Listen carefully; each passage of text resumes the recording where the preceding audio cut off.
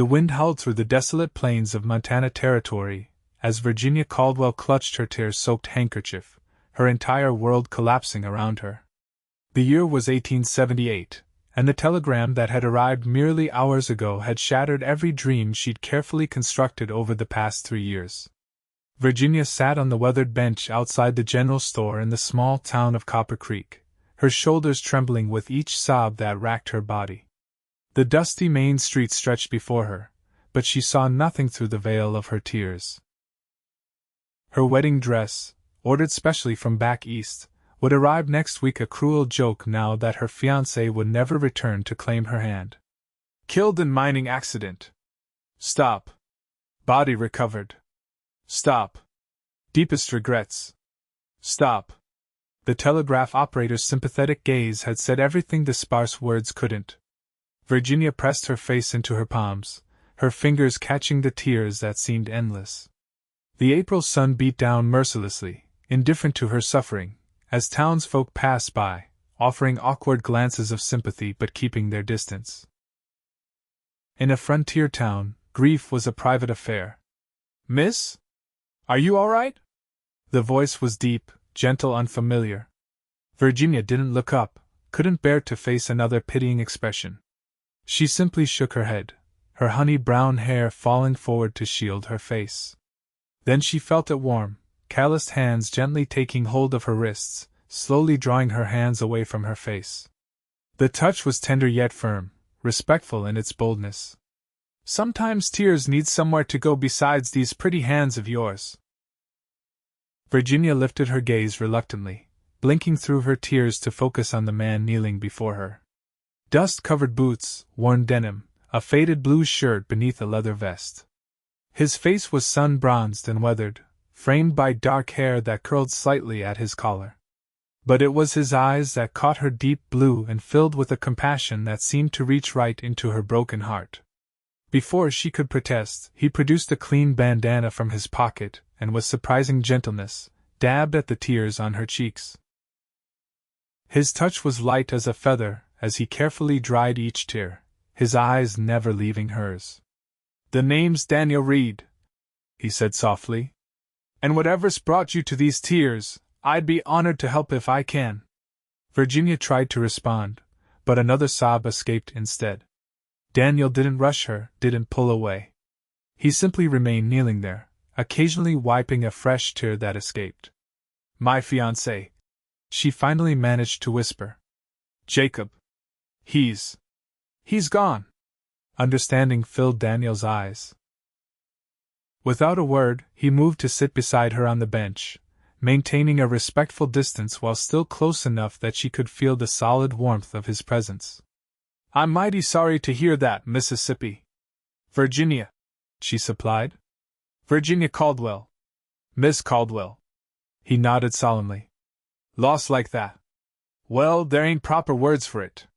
For several minutes they sat in silence, the sounds of the frontier town continuing around them, wagon wheels creaking, horses nickering, distant piano notes drifting from the saloon. Virginia found the steady presence of this stranger oddly comforting, like an anchor in the storm of her grief. "I don't know what I'm going to do," she confessed, her voice barely audible. "Jacob and we had plans. A homestead north of town. A future." Daniel nodded slowly. "Plans have a way of changing out here in the West. It's a harsh land, but it's also a place for new beginnings." He glanced at her, his expression gentle but direct. "Do you have family here, Miss Caldwell?" Virginia shook her head. "I came out from Philadelphia 2 years ago to teach at the schoolhouse." Jacob was the only. Her voice caught. "The only person I had here." Daniel was quiet for a moment, appearing to consider something. "The schoolhouse at the north end of town." Virginia nodded, surprised. "Yes. Have you been in Copper Creek long? I don't recall seeing you before." "Just rode in yesterday," Daniel replied. "I've been working cattle drives between Wyoming and Montana for a spell, but I'm looking to put down roots." A small, respectful smile touched his lips.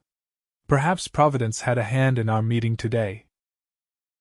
Before Virginia could respond, the town's doctor, An elderly man named Dr. Winters approached them, concern etched on his kind face. "Virginia, my dear," he said gently. "I just heard about Jacob. I'm so sorry." Virginia felt fresh tears threatening but managed to nod in acknowledgement. "You shouldn't be alone right now," the doctor continued. "Why don't you come stay with Martha and me for a few days? She'd welcome the company." "That's very kind, but I wouldn't want to impose." "Nonsense," Dr. Winters insisted. "It's settled then. I'll tell Martha to expect you for supper." As the doctor walked away, Virginia felt a strange mixture of gratitude and dread. The Winters were good people, but the thought of sitting through a meal, of trying to maintain composure while they tiptoed around her grief, was overwhelming. Daniel seemed to sense her discomfort. "Folks mean well," he said quietly. "But sometimes what a person needs most is just some space to breathe." Virginia looked at him with surprise. "Yes," she whispered. "That's exactly it." Daniel stood, dusting off his pants. "Miss Caldwell, I won't presume to know what's best for you, but if you'd like, I could escort you home. Or anywhere else you'd prefer to be right now." Virginia considered his offer. This man was a stranger, yet something about his straightforward kindness felt more genuine than the awkward sympathy of people she'd known for years. After a moment's hesitation, she stood. "I think I'd like to walk by the creek," she said. "I always find it peaceful there." Daniel nodded, offering his arm with a formality that seemed at odds with his rugged appearance. "Then to the creek we shall go, Miss Caldwell." As they walked away from the bustle of Main Street, Virginia couldn't help but wonder at the strange twist of fate that had brought this kind stranger to her side on the worst day of her life. She couldn't possibly know then how this chance encounter would change everything, how the cowboy who had so gently dried her tears would become the man who would help her heart learn to beat again. The creek babbled softly as it wound through the cottonwoods at the edge of town. Virginia walked alongside Daniel in silence, drawing comfort from the natural sounds surrounding them: birdsong, rustling leaves, and the gentle gurgle of water over stones. Here, away from the sympathetic glances of townsfolk, she could breathe a little easier. "Jacob and I used to walk here on Sunday afternoons," Virginia said quietly, surprised at her own willingness to share this with a stranger. "He would talk about our future homestead, how we'd build it near water just like this." Daniel nodded, his gaze following the path of the creek. "Water's life out here. A man with sense knows to build where it flows." They reached a fallen log that served as a natural bench overlooking a wider pool in the creek. Virginia sat, arranging her skirts around her. After a moment's hesitation, Daniel joined her, maintaining a respectful distance. "May I ask how long you've been out west, Miss Caldwell?" he inquired. 2 years next month," she replied.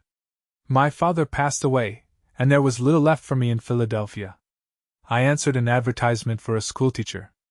A sad smile touched her lips. "I thought it would be an adventure." "And has it been?" "An adventure, I mean." Virginia considered the question. "Yes, though not always in ways I expected. The children here are wonderful hungry for knowledge despite having so many chores and responsibilities. And the land." She gestured to the vast expanse of rolling hills beyond the creek. "It takes your breath away with its beauty, even as it tries to break you with its harshness." Daniel's eyes reflected understanding. "That's the West for you. Gives with one hand, takes with the other. What about you, Mr. Reed? What brings a cowboy like yourself to a small place like Copper Creek?" Daniel removed his hat, turning it thoughtfully in his hands. "Been drifting too long, I reckon. Drove cattle from Texas to Montana, worked ranches from Colorado to Wyoming. Seen enough country to know what I like." He glanced at her. "Heard there might be land available for purchase near here." "Good grazing land." "There is," Virginia confirmed. "North of town, about 5 miles. Several plots the territory selling cheap to encourage settlement." A comfortable silence fell between them. Virginia found herself studying Daniel's profile, the strong line of his jaw, the slight crinkles at the corners of his eyes that suggested he smiled often. There was something steadying about his presence, like a rock in a rushing river. "I never thanked you properly," she said suddenly. "For earlier. Most people just walked by." Daniel placed his hat back on his head. "Nothing to thank me for, Miss Caldwell. My mother raised me to believe that no one should face their sorrows alone. Your mother sounds like a wise woman." "She was," he said simply, and Virginia noted the past tense with a pang of recognition. "I lost my mother when I was 12, she offered. "Scarlet fever." Daniel nodded slowly. "Mine passed when I was 14. Same year my pa was killed in the war between the states." Virginia felt a connection form between them, the invisible bond of shared loss. "What did you do then?" "At 14? Worked ranches in Texas. Learned to rope and ride. Grew up fast." His expression was matter-of-fact, without self-pity. "West doesn't give much quarter to boys or men. Or women," Virginia added softly. "No," Daniel agreed, meeting her eyes. "It surely doesn't." The sun was beginning to lower in the sky, casting long shadows across the creek bed. Virginia realized with surprise that she'd spent over an hour in this man's company, and for brief moments she'd almost forgotten her grief. "I should return to town," she said reluctantly. "Dr. Winters and his wife will be expecting me." Daniel stood, offering his hand to help her up.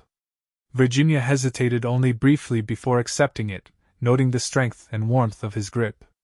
"May I escort you there, Miss Caldwell?" "Thank you, but I think I'd prefer to walk alone from here," she replied. "I need some time to compose myself before facing more condolences." Daniel nodded in understanding. "Of course." He seemed about to say something more, then stopped himself. "What is it, Mr. Reed?"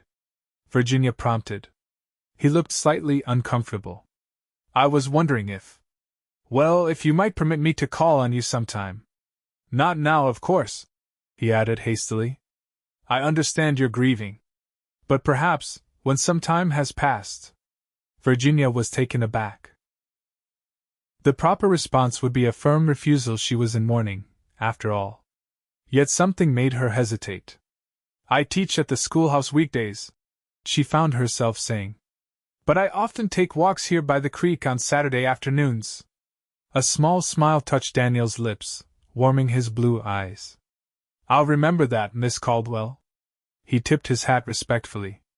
"I wish you good evening and easier days ahead." "Good evening, Mr. Reed."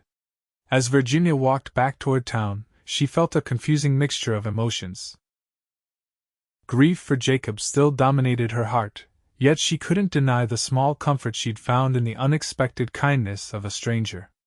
It felt almost like betrayal to acknowledge it, and yet there it was, a tiny flicker of something that wasn't pain, the first she'd felt since reading that terrible telegram.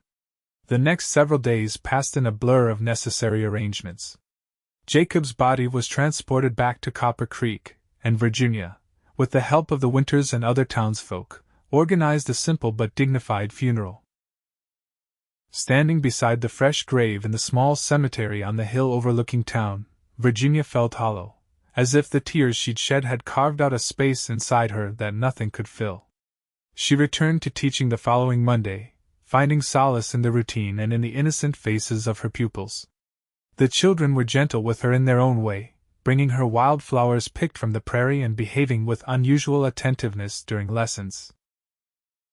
Each night, Virginia returned to her small rented room above the milliner's shop and tried to imagine what her future might hold now. The homestead she and Jacob had planned was nothing but a dream without him. She had her teaching position, but the life they'd envisioned together had vanished like morning mist under the harsh western sun. Saturday came, and with it an unexpected restlessness. Virginia found herself walking toward the creek almost without conscious decision. She told herself it was simply because the spot brought her peace, but a small voice in her mind whispered that she was hoping to see Daniel Reed again. The creek looked different today, the water higher and faster from recent rains, the new green leaves on the cottonwoods bright against the blue sky. Virginia settled on the familiar log, opening the book she'd brought but finding herself unable to focus on the words. "Good afternoon, Miss Caldwell." Virginia looked up to see Daniel approaching, leading a chestnut horse. He was dressed much as he had been before, though his clothes looked fresher, his dark hair damp as if recently washed. "Mr. Reed," she acknowledged, surprised at the small flutter in her chest. "I wasn't sure you'd remember." "I'm a man of my word," he replied simply, tethering his horse to a nearby branch before joining her on the log. "How have you been faring?" Virginia appreciated that he didn't offer empty platitudes or tell her things would get better with time. "Some moments are easier than others," she answered honestly. "Teaching helps. The children keep me focused on something beyond my own troubles." Daniel nodded. "Children have a way of pulling us into the present. No past or future with them, just the now. Do you have experience with children, Mr. Reed?" A fond smile crossed his face. "My sister has 4 little ones back in Texas. I visit when I can." He reached into his saddlebag and produced a small paper package. "I brought something, if you don't mind." Curious, Virginia watched as he unwrapped it to reveal 2 perfect red apples. He offered one to her with a slightly sheepish expression. "Fresh fruit's hard to come by out here this time of year. Stagecoach brought these in yesterday." Virginia accepted the apple, touched by the simple thoughtfulness of the gesture. "Thank you. It's been months since I've had a fresh apple." They sat eating in companionable silence, the sweet crispness of the fruit a welcome luxury. Virginia found herself studying Daniel's profile again, noting the straight nose, the firm set of his mouth, the way the breeze ruffled his dark hair. "I purchased land yesterday," Daniel said suddenly. "That plot north of town you mentioned." "You did?" Virginia felt a genuine smile touch her lips for the first time in days. "That's wonderful news, Mr. Reed." "Daniel," he corrected gently. "If you wouldn't mind." Virginia hesitated, then nodded. "Daniel, then. And you may call me Virginia if you wish."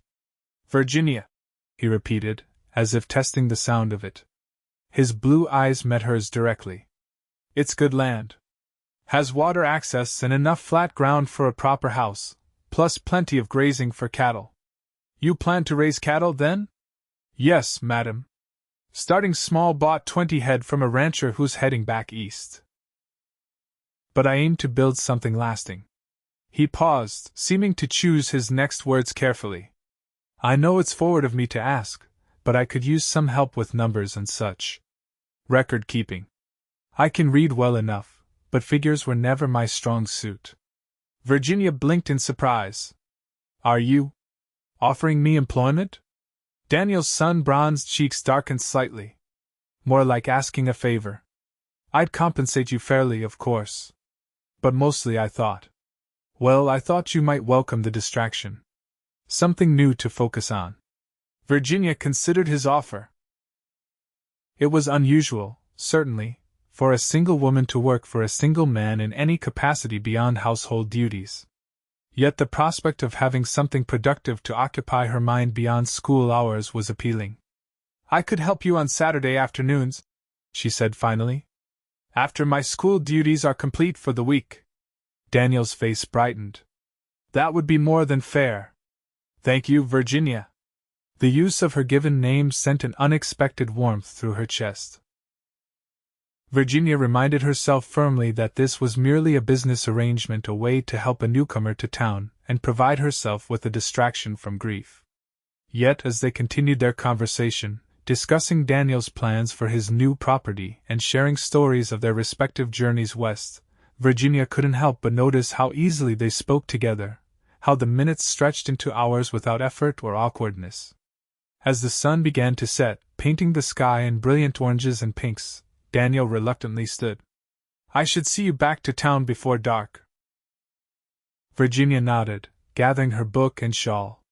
They walked together, Daniel leading his horse, the comfortable silence between them broken only by the sounds of nature preparing for evening. At the edge of town, Virginia paused. "When will you begin work on your land?" "Tomorrow," Daniel replied. "Starting with clearing space for a cabin. Won't be anything fancy at first, just somewhere to keep the rain off while I build something proper." "Well, I wish you luck with your endeavor," Virginia said formally, suddenly aware that they were now visible to the townsfolk. And I will see you next Saturday to begin helping with your accounts. Daniel tipped his hat respectfully.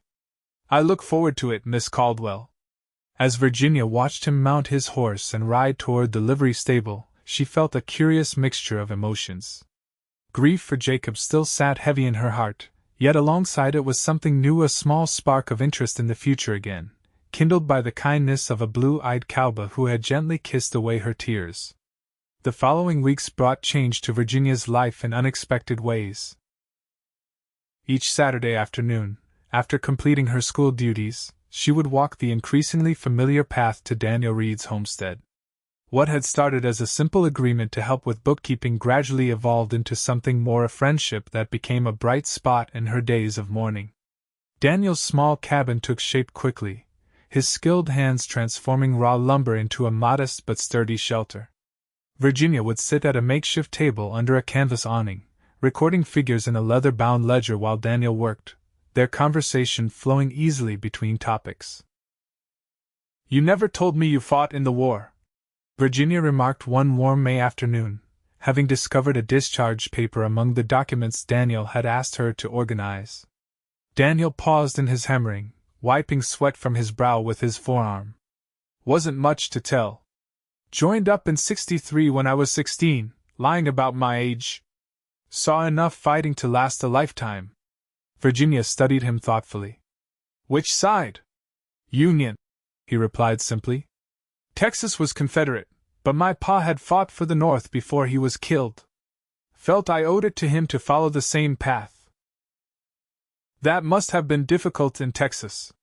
Daniel shrugged, returning to his work. Made it hard to go back afterward. Part of why I started drifting.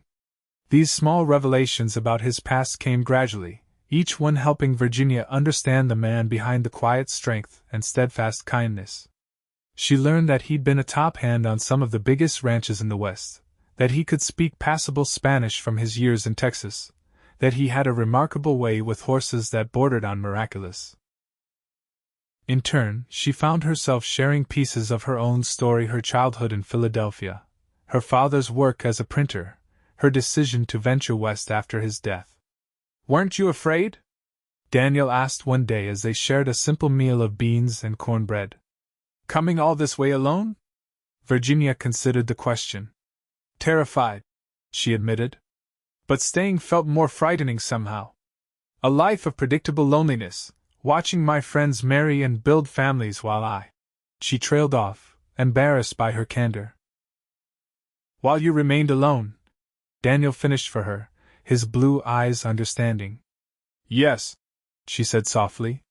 Though that seems to be my fate regardless. Daniel's gaze held hers for a long moment, something unspoken passing between them. Then he cleared his throat and changed the subject. As May turned to June, Virginia noticed the whispers in town when she passed. The schoolteacher spending time with the new rancher was evidently a subject of great interest to the good people of Copper Creek. Mrs. Winters, the doctor's wife, broached the subject directly one Sunday after church. People are talking, Virginia dear, she said kindly but firmly. A young woman in mourning spending so much time alone with Mr. Reed. It raises eyebrows. Virginia felt her cheeks flush. I'm merely helping him with his accounts, Mrs. Winters. There's nothing improper. Oh, I know that, dear. The older woman patted her hand. And I can see he's a gentleman. But perception matters in a small town like ours. Virginia nodded, understanding the warning. I'll be more mindful. Yet when Saturday came again, Virginia found herself walking the now familiar trail to Daniel's homestead, her heart lighter with each step despite Mrs. Winters' caution. The cabin was now complete, a simple one-room structure with a stone fireplace and a small porch. Daniel had built a proper table where Virginia could work, positioned near the single window to capture the best light. As she approached, she saw Daniel on his knees in a newly turned patch of earth beside the cabin, carefully planting something in the dark soil. A garden? She called in greeting. Daniel looked up, a smile spreading across his face at the sight of her. Thought some fresh vegetables might be nice come fall. He stood, dusting soil from his hands. And maybe some flowers, too. Place needs a woman's touch. The words hung in the air between them, carrying more meaning than perhaps he'd intended. Virginia felt a flutter in her chest that she quickly suppressed. Well, I can certainly advise on flowers, though I warn you my gardening skills are limited to the small herb patch behind the schoolhouse, she said lightly, moving toward the cabin. Daniel followed, washing his hands in the basin on the porch before holding the door open for her. Inside, the cabin was spare but surprisingly comfortable. A bed with a colorful quilt stood in one corner, a small cookstove in another. Shelves held a few books, dishes, and cooking supplies. A braided rug covered part of the plank floor. You've made it quite homey, Virginia observed, setting her papers on the table. Been working on it evenings, Daniel replied. Got tired of sleeping under the stars, fine as they are. They settled into their usual routine, Virginia organizing receipts and entering figures in the ledger, while Daniel prepared coffee. The domesticity of it struck her suddenly how comfortable this had become, how natural it felt to be here with him in the quiet of his home. Daniel, she said suddenly, setting down her pencil. Mrs. Winters mentioned that people in town are talking about me coming here. Daniel's expression sobered as he placed a cup of coffee before her. I feared that might happen. Small towns run on gossip. Perhaps we should be more careful. I could help you in town instead, at the hotel dining room, or, is that what you want? Daniel interrupted gently. Virginia considered the question. No, she admitted. I enjoy coming here. It's peaceful. But I don't want to damage my reputation or yours. Daniel sat across from her, his blue eyes serious. Virginia, I have nothing but respect for you, and for your grief. The last thing I want is to cause you any difficulty. He paused, seeming to gather his thoughts. But I value your company more than I can say. Virginia felt warmth spread through her chest at his words. I value yours as well, she said softly. Then perhaps, Daniel suggested carefully, we could invite others sometimes. Make it less exclusive. Mrs. Winters and the doctor could join us for Sunday dinner after church.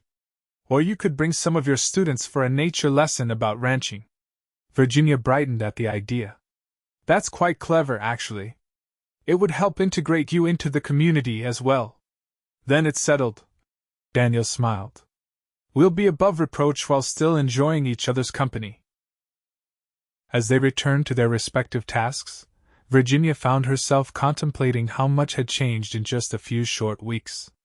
The raw wound of Jacob's death had not healed. She still felt pangs of grief at unexpected moments, but alongside that pain had grown something new. A friendship with Daniel that increasingly felt like more, though she wasn't ready to examine those feelings too closely.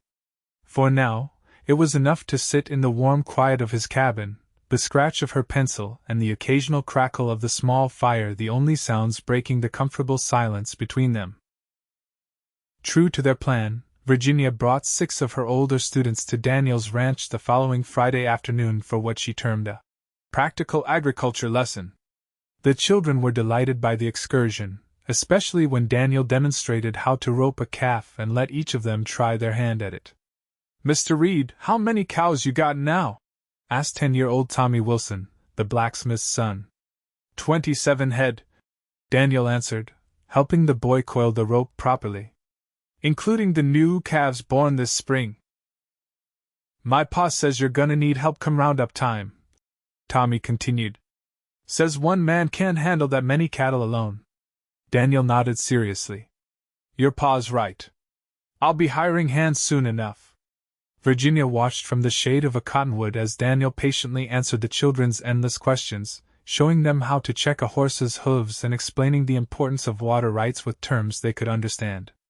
He had a natural way with them, firm but kind, treating their questions with the same respect he would an adult's. As the afternoon wound down, Virginia gathered the children for the walk back to town. Daniel approached her as the students lined up, his expression warm.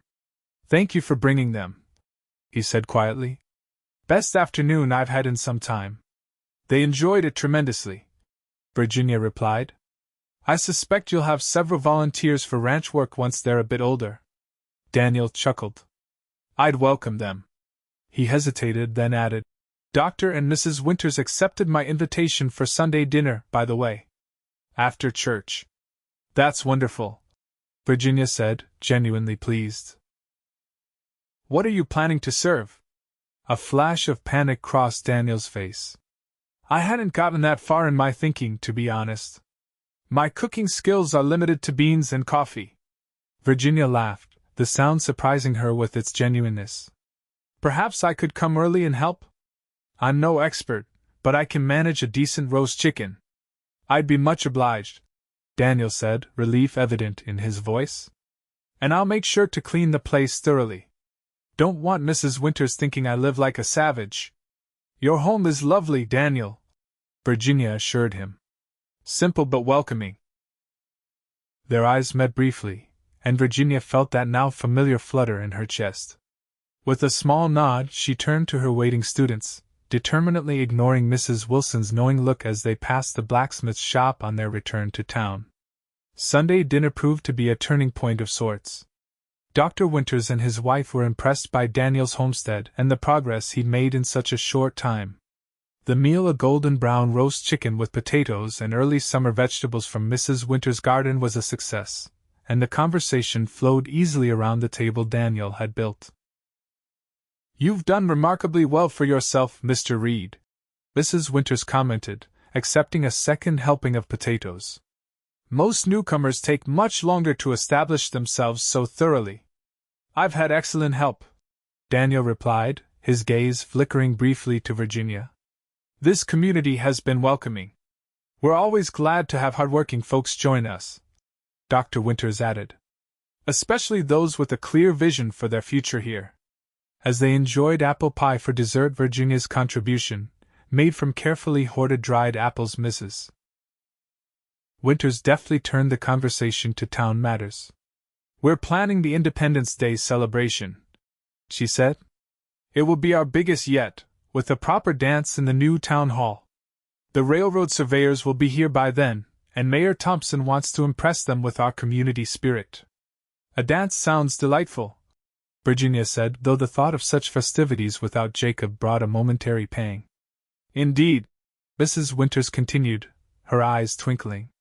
And Mr. Reed will expect you to attend as well. Nothing like a social gathering to truly make one part of the community. Daniel looked slightly uncomfortable at the prospect. I'm not much for dancing, madam. Nonsense. The older woman waved dismissively. A handsome man like yourself surely knows how to waltz. Virginia hid her smile at Daniel's discomfort, though privately she found herself wondering what it might be like to dance with him, to be held in those strong arms that so carefully built and tended to his growing ranch. After the Winters departed, full of praise for the meal and with promises to return the invitation soon, Virginia lingered to help clean up. As they stood side by side at the washbasin, Daniel washing the dishes while Virginia dried them, a comfortable domesticity settled between them once again. Mrs. Winters has taken quite a shine to you, Virginia observed. I think you've been officially accepted into Copper Creek society. Daniel chuckled. Thanks to you. If I'd served them my usual fare, they'd have run for the hills. I doubt that very much. Mrs. Winters was quite impressed by your clear vision, as the doctor put it. Well, I know what I want, Daniel said simply, handing her the last plate. Their fingers brushed, and Virginia felt that spark again, stronger this time. And what is that? She asked, her voice softer than she'd intended. Daniel turned to face her fully, his blue eyes serious. A home. Land that's mine. A place to build something lasting. He paused, his gaze steady on hers. Someone to share it with, eventually. Virginia's heart quickened. They stood close enough that she could see the flecks of darker blue in his eyes, could smell the clean scent of soap and pine that seemed to cling to him. That's a good vision to have, she managed to say. Virginia, Daniel began, his voice low and earnest. I know it's too soon. I know you're still grieving Jacob, and I respect that more than I can say. But I want you to know that I please. Virginia interrupted, suddenly afraid of what he might say, afraid because part of her desperately wanted to hear it. You're right. It is too soon. Daniel nodded, taking a step back. I understand. And I'll wait, Virginia. As long as it takes. The simple declaration hung in the air between them, full of promise and possibility. Virginia gathered her shawl, needing distance to sort through the tumult of emotions his words had stirred. Thank you for a lovely afternoon, she said formally. I should return to town before dark. I'll walk you, Daniel offered immediately. No need, Virginia replied quickly. It's still full daylight, and the path is familiar now. Daniel seemed about to protest but then nodded. At least let me watch until you reach the main road. As Virginia walked away from the small cabin, she could feel his gaze following her. Her emotions were in turmoil, grief for Jacob still present but now tangled with growing feelings for Daniel, guilt at the realization that her heart was beginning to heal, fear of what that healing might mean. One thing was becoming increasingly clear, however. The cowboy who had so gently dried her tears that day on the bench was becoming far more than just a friend. The weeks leading up to the Independence Day celebration passed in a blur of activity. Virginia threw herself into end-of-term preparations at the schoolhouse, organizing a small exhibition of her students' work for parents to view before the summer break. Daniel, true to his word, maintained a respectful distance while making it clear through small gestures that his feelings remained unchanged. Fresh wildflowers would appear on her desk at the schoolhouse. A package of peppermint candies for her students was delivered with a simple note. For the last day of term. Dr. When Virginia mentioned during one of her Saturday afternoon bookkeeping sessions that she missed fresh fruit, a crate of oranges mysteriously appeared on her doorstep the following day, delivered by the stagecoach from California. Each thoughtful gesture touched Virginia deeply, not just for the items themselves but for the consideration behind them. Daniel was paying attention to her words, her preferences, her small mentions of things missed or needed. The town buzzed with preparations for the July 4th celebration. Bunting in red, white, and blue appeared on storefronts, and the newly completed town hall was decorated with flags and streamers.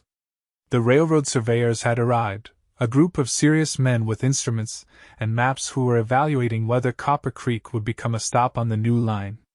It would change everything, Mrs. Winters explained to Virginia as they arranged flowers for the celebration. More people, more business. Property values would double overnight. Do you think it likely? Virginia asked, carefully positioning a spray of wild roses. The mayor seems confident, Mrs. Winters replied. That's why he's so determined this celebration should impress. Speaking of which, have you decided what you'll wear to the dance? Virginia hesitated. She had avoided most social gatherings since Jacob's death, finding them too painful. But 3 months had passed now, and while she still missed him, the sharp edges of grief had begun to soften. I have a blue dress that should be suitable, she said finally. Nothing fancy, I'm afraid. Mrs. Winters studied her with knowing eyes. You know, dear, Jacob would want you to live fully again. He wasn't the type to wish you a lifetime of mourning. Virginia nodded, tears unexpectedly pricking her eyes. I know. It's just difficult to move forward sometimes. It feels like betrayal. It's not betrayal to heal, Virginia, the older woman said gently. It's what the living must do. She patted Virginia's hand. And if that healing includes a certain rancher with kind eyes, well, I suspect Jacob would approve of a man who treats you with such obvious respect. Virginia blushed, realizing how transparent her growing feelings for Daniel must be to observant eyes like Mrs. Winters. Daniel is a friend, she said softly. A good friend, nothing more. Mrs. Winters merely smiled. If you say so, dear. Now, about that blue dress, perhaps I could help you add some new ribbon to freshen it up a bit. The day of the celebration dawned clear and hot, the July sun beating down on Copper Creek with relentless intensity. Virginia spent the morning helping decorate the town square, where tables had been set up for a community picnic before the evening's dance. She hadn't seen Daniel in town and wondered if he would attend. Despite his discomfort at the prospect of dancing, she found herself hoping he would come, even as she chided herself for the girlish anticipation that fluttered in her stomach. By late afternoon, Virginia returned to her room to prepare for the evening. She bathed in water scented with lavender, washing away the dust and sweat of the day. The blue dress, refreshed with cream-colored ribbon at Mrs. Winter's suggestion, looked better than she remembered. Virginia pinned her honey-brown hair up in a simple but elegant style, allowing a few curls to frame her face. Looking in the mirror, she hardly recognized herself. Gone was the hollow-eyed woman who had sobbed on a bench 3 months earlier. Her cheeks had a healthy flush, her green eyes bright with anticipation rather than dull with grief. For the first time, Virginia allowed herself to acknowledge that she was healing, not forgetting Jacob, but learning to carry his memory differently, in a way that didn't preclude new happiness. The town square was transformed in the evening light. Lanterns hung from ropes strung between buildings, casting a warm glow over the festivities. A small band had set up near the town hall, and the lively sounds of fiddle and banjo filled the air. Tables groaned under the weight of food brought by townspeople: fried chicken, cornbread, potato salad, and pies of every description. Virginia moved through the crowd, greeting her students and their parents, accepting compliments on her dress with shy thanks. She found herself scanning the gathering repeatedly, looking for a particular tall figure with dark hair and blue eyes. "He'll be here," came Mrs. Winter's voice at her elbow, making Virginia jump. "Men like to make an entrance." "I don't know who you mean," Virginia protested weakly. Mrs. Winters merely smiled knowingly. "The dancing will begin soon. Save a waltz for an old lady's satisfaction, won't you?" Before Virginia could respond, a murmur went through the crowd near the edge of the square. She turned to see what had caused the stir and felt her breath catch in her throat. Daniel Reed stood at the entrance to the square, almost unrecognizable in his formal attire. Gone were the dusty work clothes and worn boots. In their place, he wore a crisp white shirt under a dark vest and jacket, clean black pants, and polished boots. His dark hair was neatly combed, his face clean-shaven. He looked every inch the successful rancher rather than the working cowboy she was accustomed to seeing. Their eyes met across the crowd, and Daniel's face broke into a warm smile that made Virginia's heart skip. He made his way toward her, stopping occasionally to shake hands with townspeople who greeted him. "Miss Caldwell," he said when he finally reached her, his voice formal though his eyes danced with private meaning. "You look beautiful this evening." "Thank you, Mr. Reed," she replied, matching his formality while fighting the blush that threatened to color her cheeks. "I hardly recognize you without dust on your boots." Daniel chuckled. "Thought I should make an effort. Mrs. Winters made it clear that proper attire was expected." "Well, you certainly succeeded," Virginia said, unable to keep the admiration from her voice. "You look very handsome." Now it was Daniel's turn to look slightly flustered. Before he could respond, Mayor Thompson called for everyone's attention, launching into a speech about progress, the promising future of Copper Creek, and the importance of the potential railroad connection. Virginia and Daniel stood side by side, their shoulders occasionally brushing as they listened to the predictably long-winded address. When the speech finally concluded to polite applause, the mayor announced the beginning of the dance. The band struck up a lively tune, and couples began to move toward the wooden platform that had been constructed for the occasion. "Virginia," Daniel said quietly, turning to face her, "would you do me the honor of dancing with me?" Virginia hesitated, suddenly nervous. "I thought you weren't much for dancing."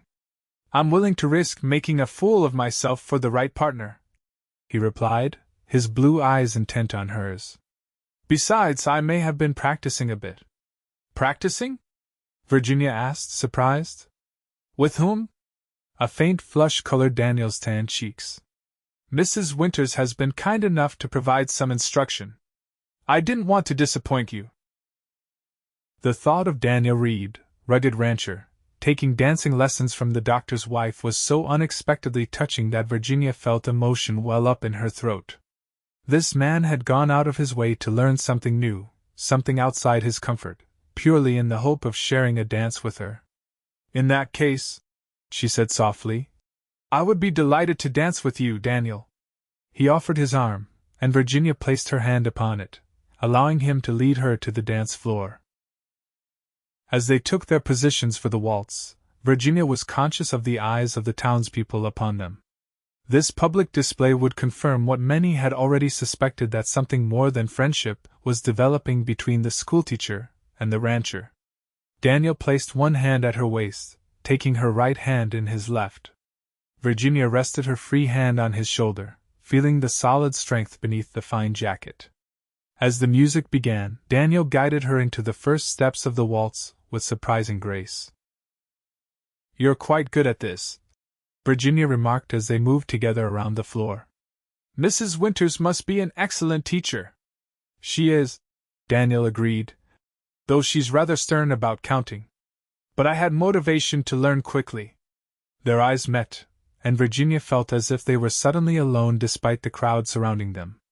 Daniel's gaze held such warmth, such clear admiration, that she could no longer deny what was happening between them. "Daniel," she said softly, "I think I'm ready to hear what you were going to say that day after Sunday dinner."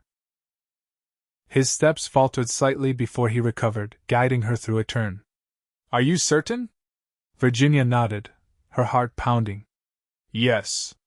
Daniel drew a deep breath. "What I wanted to say was that I've come to care for you, Virginia. Deeply. I know it hasn't been long, and I know you're still healing from your loss. But I believe what's growing between us is real and true." His blue eyes held hers steadily. "I'm not asking for promises. Just for permission to court you properly, when you feel ready." Virginia felt tears prick at her eyes, but these were different from the ones Daniel had gently dried months ago. These were tears of possibility, of hope. "I think," she said carefully, "that I would like that very much. But I need a little more time." Daniel's face broke into a smile of such genuine happiness that Virginia couldn't help but smile in return. "Time is something I can give," he said simply. "I'm not going anywhere, Virginia." As they continued to waltz, Virginia realized that for the first time since receiving that terrible telegram, she was looking forward to the future rather than dwelling in the past. The grief for Jacob would always be part of her, but it no longer defined her entirely. There was room in her heart for new feelings, new dreams, and for the kind Cowboy who had taken her hands that fateful day and changed everything. When the music ended, Daniel reluctantly released her, though he kept her hand in his as they left the dance floor. They made their way to the refreshment table, where Mrs. Winters gave them a knowing smile over her punch cup. "You dance very well for a beginner, Mr. Reed," she commented. "Your teacher must be exceptional." Daniel laughed, the sound rich and genuine. "The finest in the territory, Mrs. Winters. I had excellent motivation to learn quickly." The older woman's eyes twinkled as she glanced between them. "I can see that." She patted Virginia's arm. "You look lovely tonight, my dear. Positively glowing." As the evening progressed, Virginia and Daniel shared 2 more dances, interspersed with conversations with townspeople and the visiting railroad surveyors. Virginia noticed that several of the young unmarried women in town were casting admiring glances at Daniel, but his attention remained fixed firmly on her, a fact that warmed her from within. When the fireworks began, a surprise arranged by the mayor to impress the railroad representatives, Daniel suggested they view them from the small hill behind the town hall where they would have a better vantage point. Virginia agreed, and they made their way through the crowd, finding a quiet spot slightly removed from the other onlookers. The first explosion of color against the dark sky drew gasps of appreciation from the crowd. Virginia watched in wonder as bursts of red, white, and blue illuminated the night, casting a magical glow over the town below. "It's beautiful," she breathed, tilting her head back to take in the spectacle. "Yes," Daniel agreed, though when she glanced at him, she found he was looking not at the sky but at her. In the intermittent light of the fireworks, his expression was one of such tender admiration that Virginia felt her heart constrict. Without conscious thought, she reached for his hand, twining her fingers with his. Daniel's hand tightened around hers, warm and strong and reassuring. They stood that way, hand in hand, watching as the fireworks painted the sky with ephemeral beauty. When the final explosion faded, leaving only a lingering echo and the scent of gunpowder in the air, either made a move to release their grasp. "Virginia," Daniel said softly, turning to face her in the darkness. "May I kiss you?" The question, asked with such respect and restraint, touched Virginia deeply. She knew what her answer should be, that it was too soon, that propriety demanded she wait longer. But in that moment, with stars overhead and the memory of fireworks still bright in her mind, propriety seemed less important than the truth of her own heart. "Yes," she whispered. Daniel stepped closer, releasing her hand to gently cup her face between his palms. His touch was reverent, his eyes seeking confirmation in hers before he slowly lowered his head. When his lips met hers, the kiss was gentle, questioning rather than demanding, offering rather than taking. Virginia closed her eyes, letting herself feel fully for the first time in months. Daniel's lips were warm and firm against hers, his hands cradling her face as if she were something precious. The kiss was brief but perfect, a promise, a beginning. When they separated, Daniel rested his forehead against hers for a moment, his breathing slightly uneven. "I've been wanting to do that since the first day I saw you," he admitted softly. "Even when I was crying?" Virginia asked, a small smile playing at her lips. "Especially then," Daniel replied. "You looked so sad, so alone. All I wanted was to take that pain away." Virginia reached up to touch his face, her fingers tracing the strong line of his jaw. "You did help more than you know. You gave me something to look forward to when I thought there was nothing ahead but emptiness." Daniel turned his head slightly to press a kiss to her palm. "We should return to the celebration before we're missed," he said reluctantly. Virginia nodded, though part of her wished they could stay in this private moment longer. As they walked back toward the lights and music of the town square, Daniel offered his arm, and Virginia took it, feeling a new certainty settling in her heart. Whatever the future held, she would face it with this man beside her, the cowboy who had gently dried her tears and helped her find joy again. The weeks following the Independence Day celebration brought changes to Copper Creek. The railroad surveyors departed with favorable reports, and Mayor Thompson announced triumphantly that the town would indeed become a stop on the new line. Construction would begin in the spring, bringing jobs, new settlers, and increased prosperity to the community. For Virginia and Daniel, life settled into a new pattern. Daniel formally called on Virginia each Sunday after church, taking her for drives in the smart buggy he had purchased specifically for the purpose. They attended community events together, no longer pretending their relationship was merely that of friends. While some eyebrows were raised at what some considered Virginia's hasty transition from grieving fiancé to being courted, most of the town viewed the match with approval. "He's a good man," Dr. Winters commented to Virginia one afternoon as she helped in his office, organizing medical supplies. "Solid. Dependable. The kind who builds something lasting." "Yes," Virginia agreed, unable to suppress her smile. "He is all of those things." The doctor's eyes twinkled. "And madly in love with you, if an old man's observation counts for anything." Virginia blushed but didn't contradict him. The truth was that her own feelings for Daniel had deepened with each passing day. What had begun as gratitude for his kindness had blossomed into something profound and enduring, a love different from what she had felt for Jacob, but no less real or significant. On a golden afternoon in late August, Daniel invited Virginia to ride out to his ranch for a special supper. "There's something I want to show you," he said, his expression a mixture of excitement and nervousness that piqued her curiosity. When they arrived at the homestead, Virginia gasped in surprise. The small garden beside the cabin had been transformed into a riot of late summer blooms, sunflowers, black-eyed Susans, and zinnias, creating a tapestry of color against the weathered wood of the cabin. "Daniel, it's beautiful!" she exclaimed, dismounting from her horse with his assistance. "When did you do all this?" "Been working on it evenings," he replied, clearly pleased by her reaction. Wanted to surprise you.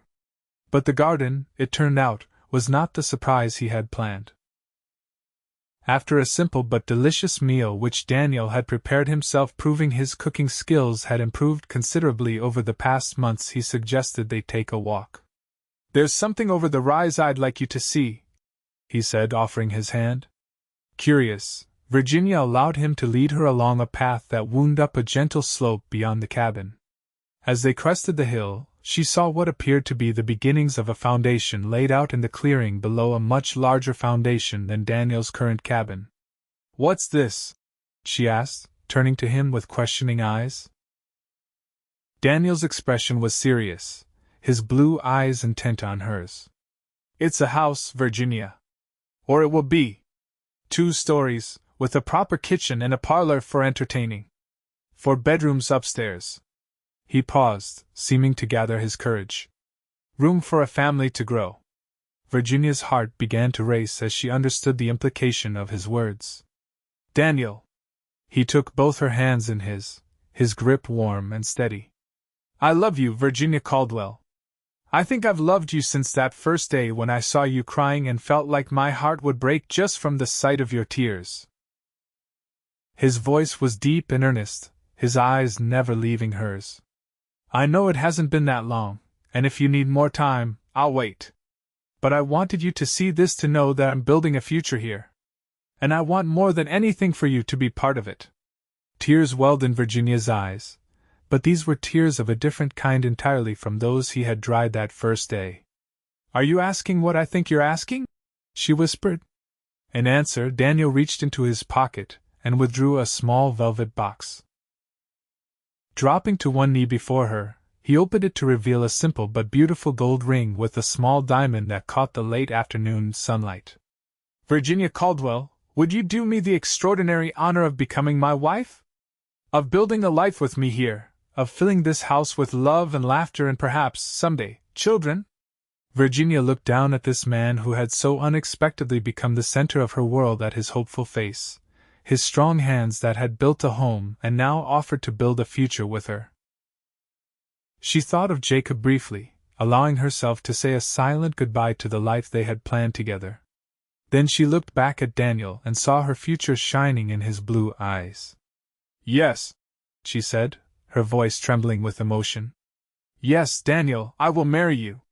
Joy transformed his face as he stood, slipping the ring onto her finger before gathering her into his arms. Their kiss was deeper than the one they had shared on Independence Day, filled with promise and passion and the certainty of shared tomorrows. When they finally parted, both breathless, Daniel kept his arms around her waist, as if afraid she might disappear if he let go. When? He asked simply. Virginia considered. The traditional mourning period would dictate waiting longer, but her heart had already made its choice. October, she decided. When the aspens turn gold? A small ceremony, here on the ranch. Daniel nodded, his smile radiant. October it is. That gives me time to finish the house, at least the downstairs. We can complete the rest together. As they stood on the hillside, arms around each other, gazing down at the foundation of what would be their home, Virginia felt a sense of rightness settle over her. Life had taken an unexpected turn on that painful day when she received news of Jacob's death, but it had led her here to this moment, this man, this future full of promise. The wedding took place on a perfect October day, with the aspen trees surrounding Copper Creek ablaze in golden splendor. True to Virginia's wishes, it was a small ceremony held on Daniel's soon-to-be-their ranch, with only close friends in attendance. Mrs. Winters had insisted on helping with the preparations, declaring it the social event of the season despite its intimate nature. Virginia wore a simple gown of ivory silk that Mrs. Winters had helped her select from a catalog, with a crown of autumn flowers in her hair instead of a veil. As she walked from the cabin to the spot beneath the old oak tree where Daniel waited with the preacher, her heart was full to bursting with love and gratitude. Daniel's expression when he saw her approaching would stay with Virginia forever, a look of such profound joy and wonder that tears sprang to her eyes. He stood tall and proud in a new black suit, his dark hair neatly combed, his blue eyes never leaving her face as she walked toward him. The ceremony was brief but heartfelt. They exchanged simple vows, promising to love, honor, and cherish each other through whatever life might bring. When the preacher pronounced them man and wife, Daniel kissed her with such tender passion that the small gathering of guests broke into spontaneous applause. The celebration afterward was joyous, a feast spread on tables under the trees, music provided by local fiddlers, dancing that continued until the stars came out. As evening fell, lanterns were lit, casting a warm glow over the gathering. Virginia found a moment of quiet with Mrs. Winters as the celebration continued around them. The older woman patted her hand affectionately. "I've never seen a more radiant bride, my dear. You've found a good man in Daniel Reed." "Yes," Virginia agreed, watching as her husband, how wonderful that word felt, laughed with Dr. Winters and the blacksmith. "I never expected to find love again, especially not so soon after losing Jacob. The heart knows what it needs," Mrs. Winters said wisely. "And sometimes the greatest tribute we can pay to those we've lost is to live fully in their absence." Virginia nodded, understanding the truth in those words. "I'll always carry Jacob in my heart. But there's room there for a new love, a different future." "That's as it should be," Mrs. Winters said with satisfaction. "Now you'd better claim your husband for another dance before one of these young ladies steals him away." Virginia laughed and moved toward Daniel, who immediately excused himself from his conversation to meet her halfway, drawing her into his arms with a naturalness that felt like coming home. "Mrs. Reed," he murmured against her hair, "I still can't quite believe you're really my wife." "Believe it," Virginia replied, lifting her face for his kiss. "I'm not going anywhere." As the evening drew to a close, their guests departed with good wishes and knowing smiles, leaving the newlyweds alone at last. Daniel had finished enough of the new house for them to spend their first night there, though many rooms remained incomplete. Hand in hand, they walked up the path to their new home, pausing on the porch to look up at the star-filled sky. Daniel turned to Virginia, his expression suddenly serious. "I want you to know something," he said quietly. "I don't expect you to forget Jacob or what you shared with him. That's part of who you are, and I love all of you, your past as well as our future." Virginia felt tears well in her eyes at his understanding. "Thank you," she whispered. "But tonight, and all our nights to come, belong to us, Daniel. To the life we'll build together." With that, she took his hand and led him across the threshold of their home. In the years that followed, Virginia and Daniel Reed built the life they had envisioned on that day of his proposal. The house was completed room by room, each space filled with the warmth of their growing love. The ranch prospered, especially after the railroad came through Copper Creek, making it easier to ship cattle to eastern markets.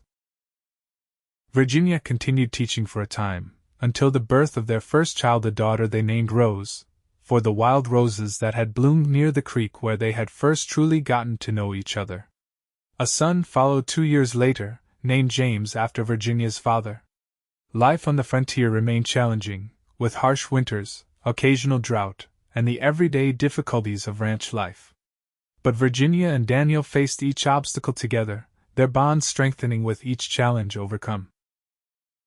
On their 5th wedding anniversary, Daniel surprised Virginia with a special gift, a beautifully crafted bench placed near the creek where they had spent so many afternoons together during their courtship.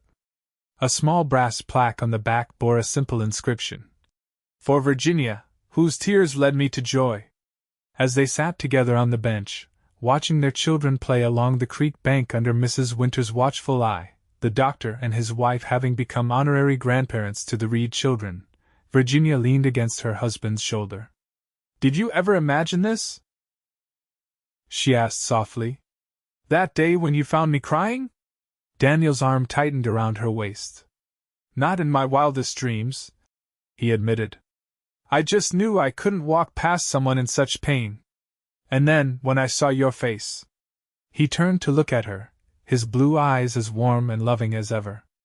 "I think my heart recognized yours even then." Virginia reached up to touch his face, still handsome though now bearing a few more lines at the corners of his eyes and mouth. "I'm so grateful you stopped that day. That you took my hands and showed me there could be life after loss. And I'm grateful every day that you gave me a chance," Daniel replied, capturing her hand and pressing a kiss to her palm in a gesture that echoed their first days together. "That you let me court you, marry you, build this life with you."